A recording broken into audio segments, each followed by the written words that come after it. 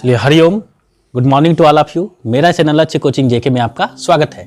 चलिए केमिस्ट्री में आते हैं, कार्बन एंड इट्स कंपाउंड, उसके कंपाउंड के बारे में हम पढ़ेंगे। कार्बन और उसके कंपाउंड के बारे में। तो पहले कार्बन को हम जाने होता क्या है। कार्बन को सिंबलिक रूप में हम C से डिनोट करते हैं। किससे? C से। इसकी एटॉमिक नंबर जो होती है 6 होती है। एटॉमिक नंबर इसको बोला जाता है 6 को, एटॉमिक नंबर, जिसको हिंदी में कहते हैं परमाणु क्रमांक। परमाणु क्रमांक, ठीक है ना। कार्बन एंड इट्स कंपाउंड का मतलब कि कार्बन और उसके यौगिक, ठीक है।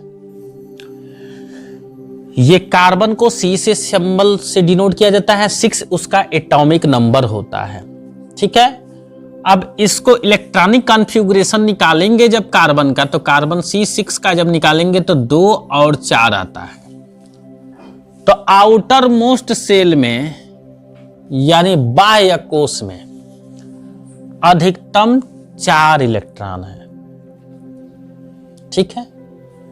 तो ये 4 इलेक्ट्रॉन है, तो इसको वैलेंस इलेक्ट्रॉन भी कहा जाता है, जो बाह्य कोश में रहता है। इसकी संयोजकता भी 4 हो गई। 4 संयोजकता होने के कारण इसका नाम टेट्रा वैलेंट दिया गया है, ठीक। तो इसकी जो है आउटर मोस्ट से यानी वैलेंस इलेक्ट्रॉन कितना हो गया? 4 हो गया। वैलेंसी भी इसका 4 हो जाएगा। वैलेंसी भी इसका कितना हो जाएगा? 4 हो जाएगा, ठीक है। वैलेंसी का मतलब कि संयोजकता। वैलेंस इलेक्ट्रॉन का मतलब होता है संयोजी इलेक्ट्रॉन। संयोजी लिख लेते हैं हिंदी, संयोजी इलेक्ट्रॉन, संयोजी इलेक्ट्रॉन, ठीक है। कितना होता है? 4। वैलेंसी का मतलब संयोजकता, संयोजकता, ठीक है। ये कितने हो गए? ये भी 4 हो गए। और इसका तीसरा नाम क्या दिया जाता है? टेट्रावैलेंट। 4 इसकी वैलेंसी होना टेट्रावैलेंट कहलाता है। टेट्रावैलेंट, ठीक है। टेट्रावैलेंट के नाम से जाना जाता है, ठीक है। अब हम इसके बारे में आते हैं कि ये किस प्रकार की और प्रॉपर्टी रखती है। तो कोवैलेंट बॉन्ड ये रखता है, कोवैलेंट बॉन्ड रखता है।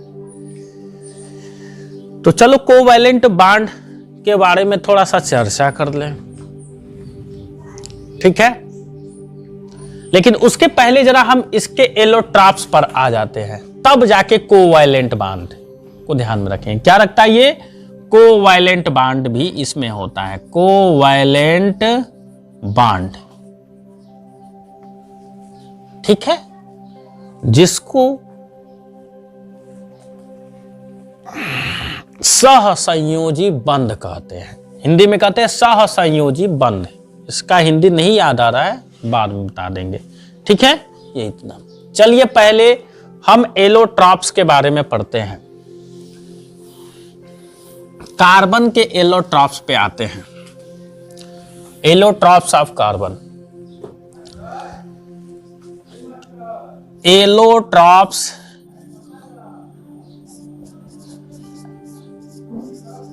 ऑफ कार्बन, यानी कार्बन के एलोट्रॉप्स पर हम आते हैं।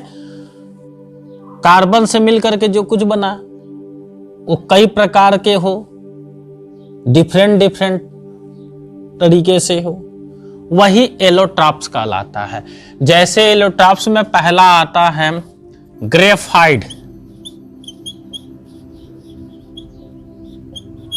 दूसरे नंबर पे आता है डायमंड,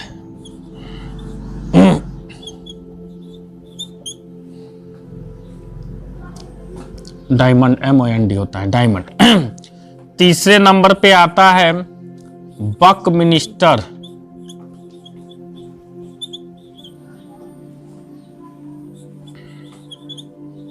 फ्लोरेंस,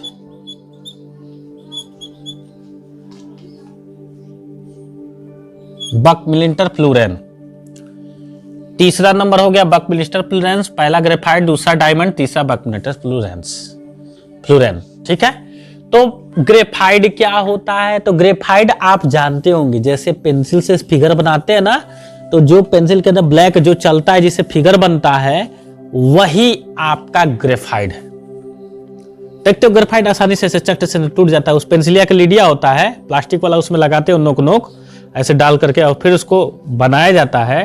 पीछे से ऐसे ऐसे दबाते हैं तो जो नोक निकलता है लीड पेंसिल का वही ग्रेफाइट होता है। आसानी से टूट जाता है, थोड़ा मोटा भी रहेगा तो भी टूट जाएगा। ठीक है, डायमंड, हीरा देखे होगे तुम लोग, नग जैसे होता है हीरा, बहुत ही हार्ड होता है, बहुत ज्यादा काफी मात्रा में। ठीक है, तो ये ग्रेफाइट जो है आपका, इसका कार्बन जो जुड़ा रहता है वो 6 कार्बन को साथ जुड़ा रखता है, हेक्सागोनल। यानी इसका स्ट्रक्चर पे जब हम आते हैं, कमजोर क्यों होता है कि इसके 6 कार्बन से मिलकर हेक्सागोनल बनता है और वो एक लेयर में बनता है। जैसे अगर यहां पे एक कार्बन है तो एक यहां हो गया, फिर यहां पर है, ये हो गया। ठीक है, तो ये बन गया तुम्हारा।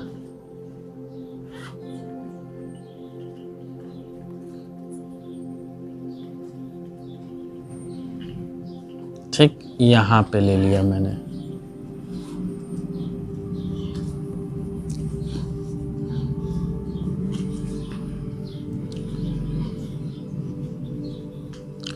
ये कार्बन का लेयर बनता जाएगा।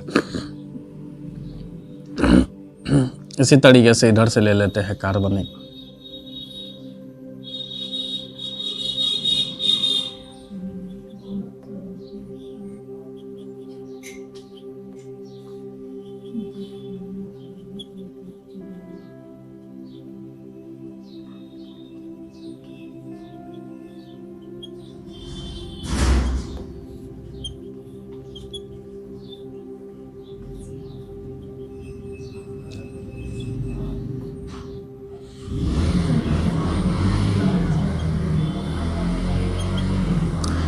ऐसे एक यहां से भी बीच में स्पेस थोड़ा सा रहेगा, थोड़ा सा स्पेस। तो ये फर्स्ट लेयर हो गया, second layer, third layer.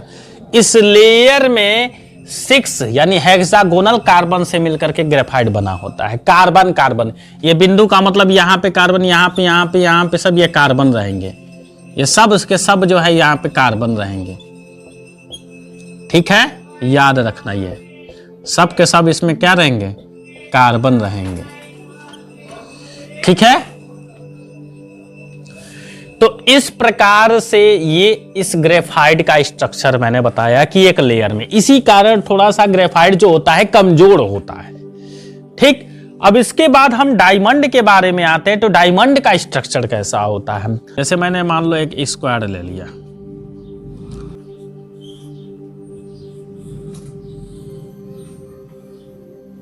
Square या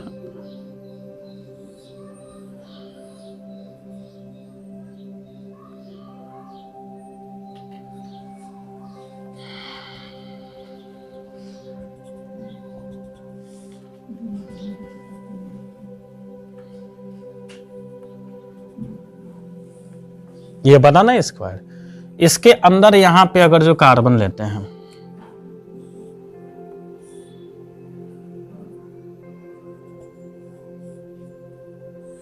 चलो ऐसे डार्क ले लो, ये का आपका बन गया ना एक स्क्वायर।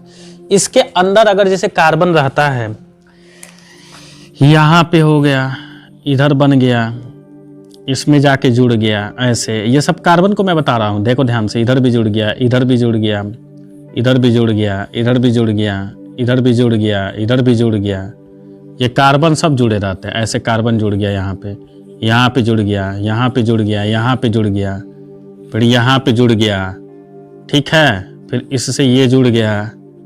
ये ध्यान देना, ये कार्बन को मैं समझा रहा हूँ, इससे जुड़ गया है, सब दूसरे से एक दूसरे से जुड़े रहते हैं, ठीक है। यहाँ पे मान लो कोई कार्बन ऐसे जुड़ गया, ऐसे जुड़ गया, ऐसे जुड़ गया, ऐसे जुड़ गया, सब एक दूसरे से ऐसे जुड़े रहते हैं कार्बन में, ठीक है। ये याद रखना, कार्बन कार्बन ये जुड़ा रहता है, ये बनता है लेकिन एकदम पूरा चिपक चिपक के एक दूसरे में। यही चीज सपोज दैट ऐसे लेयर बन गया, 6 का बन गया ये लेयर,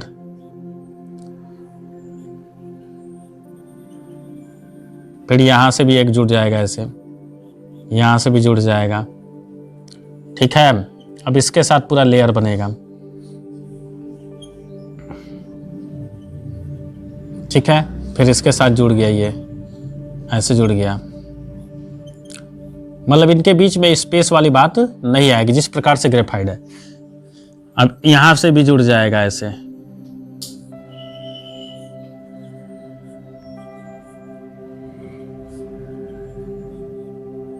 ठीक है।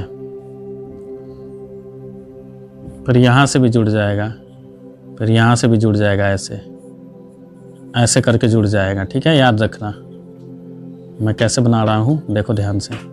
ये सब एक दूसरे में ऐसे जुड़े रहते हैं, कार्बन कार्बन, ठीक ना। इसमें कहीं से भी तुम स्पेस नहीं पाओगे, जिस प्रकार से इसमें स्पेस है इस प्रकार से नहीं, एकदम एक दूसरे से कार्बन कार्बन एकदम जुड़े रहते हैं, दोस्त के जैसे। ये दोस्ती हम नहीं तोड़ेंगे। तो वो क्या होता है, डायमंड। इसलिए बहुत ही हार्ड, बहुत कठोर होता है, समझ गए। और आता है बकमिस्टर फ्लोरेन, ये जो होता है इसका नाम जो होता है C60 यानी कार्बन 60 इसका नाम दिया जाता है। जैसे फुटबॉल है तो फुटबॉल के पेंटागोनल और हेक्सागोनल शेप में भी होता है, ठीक। तो कैसे, तो जरा इसको हम मिटाते हैं फिगर। तो ये फिगर आपका डायमंड का समझिएगा, ऐसे बना है ना। अब हम आते हैं इस पे, तो ये कार्बन C60 को लेकर के चलते हैं। तो जब C60 लेकर के चलते हैं तो ध्यान देना, जैसे फुटबॉल का ये होता है,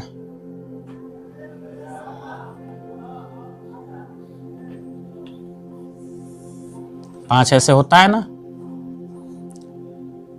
ठीक, ऐसे 5 हो गया। फिर इधर का ले लोगे, सपोज दैट ऐसे ही बना रहे हैं, फिर इधर ले लियो, 1 2 3 4 5, सपोज दैट ये बन गया ना। इसी तरीके से हेक्सागोनल 6 भी हो जाता है, 6 भी हो जाता है। कैसे 6 हो जाता है, 6 वाले को जोड़ देते हैं,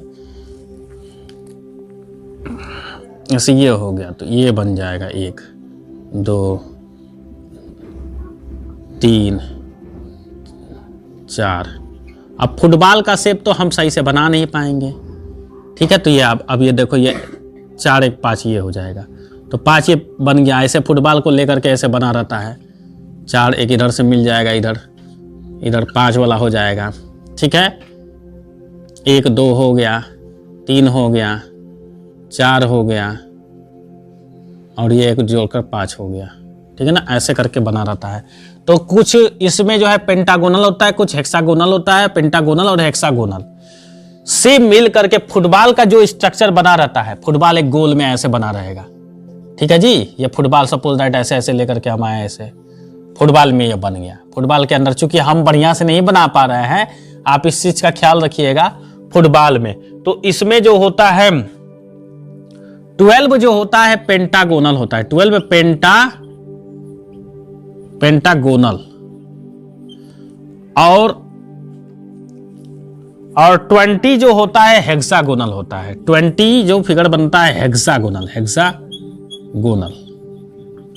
तो हेक्सागोनल ये हुआ हेक्सागोनल, और ये क्या हुआ पेंटागोनल। तो ऐसे 12 पेंटागोनल, फिर हेक्सागोनल, पेंटागोनल, हेक्सागोनल, इसी में जुड़ा रहेगा। फुटबॉल को देखिएगा तो जितने आपका फिगर ऐसा बना रहेगा वो समझ लेना वो कार्बन है। इसी को C60 कार्बन यानी बकमिस्टर फ्लोरेंस बोलते हैं, ठीक है। तो ये चीज दिमाग में बनाए रखे रहिएगा। तो पेंटागोनल, हेक्सागोनल, तो पेंटागोनल कितने होते हैं 12 और हेक्सागोनल कितने होते हैं 20। किसमें बकमिंस्टर फ्लोरेंस के C60, कार्बन C60 ही कहलाता है बकमिंस्टर फ्लोरेंस। ठीक है, क्लियर।